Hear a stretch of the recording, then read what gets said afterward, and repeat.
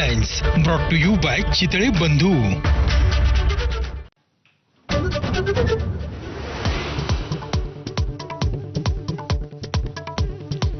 दिल्ली विधानसभा निवडणुकीत काँग्रेसची पराभवाचे double hat trick. दिल्लीच्या भाजप मुख्यालयातून पंतप्रधान मोदींचा काँग्रेसवर हल्लाबोल. काँग्रेसचा डीएनए अर्बन नक्षलवादाचा असल्याची टीका.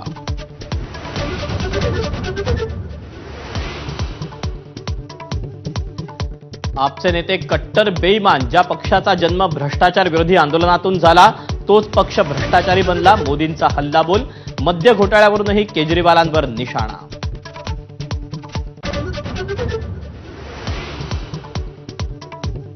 दिल्लीत आम आदमी पक्षाची धूळधाण. तब्बल 27 वर्षांनंतर भाजपची सत्तेत वापसी.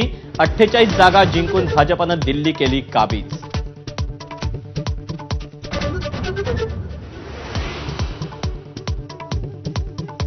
आम आदमी पक्षाचे सर्वेसर्वा अरविंद केजरीवाल यांचा धक्कादायक पराभव. भाजपचे परवेश वर्मा ठरले जायंट किलर. सक्षम विरोधी पक्षाची भूमिका निभावणार, केजरीवालांची प्रतिक्रिया.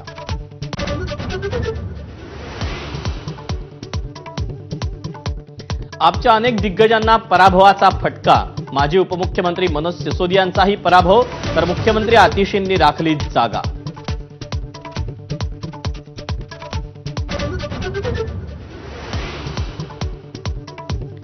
केजरीवालांचे विचार आणि चारित्र्य शुद्ध नसल्यानं पराभव. अण्णा हजारेंचा हल्लाबोल. दिल्लीच्या निकालाबाबत बोलताना अण्णा झाले भावूक.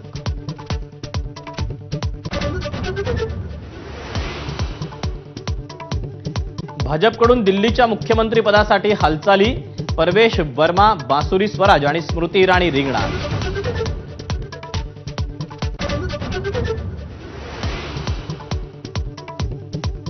काँग्रेसला दिल्लीकरांनी पुन्हा नाकारलं. काँग्रेसच्या खात्यात एकही जागा नाही. दिल्लीकरांना आपलंसं करण्यात काँग्रेस नेतृत्वाला अपयश.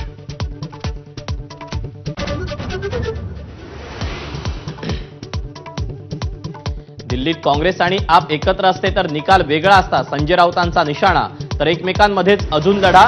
जम्मू काश्मीरचे मुख्यमंत्री उमर अब्दुल्लांच्या इंडिया आघाडीला कानपिचक्या.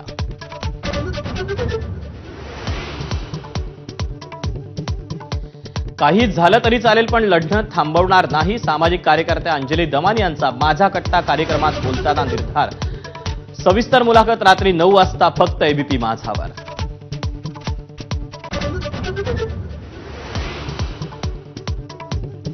राजन साळवींच्या शिवसेना प्रवेशाची चर्चा सुरू असताना किरण सामंतांचं मोठं वक्तव्य. आपल्याला आणि उदय सामंतांना विश्वासात घेऊनच शिंदे निर्णय घेणार, उदय सामंत यांचा दावा.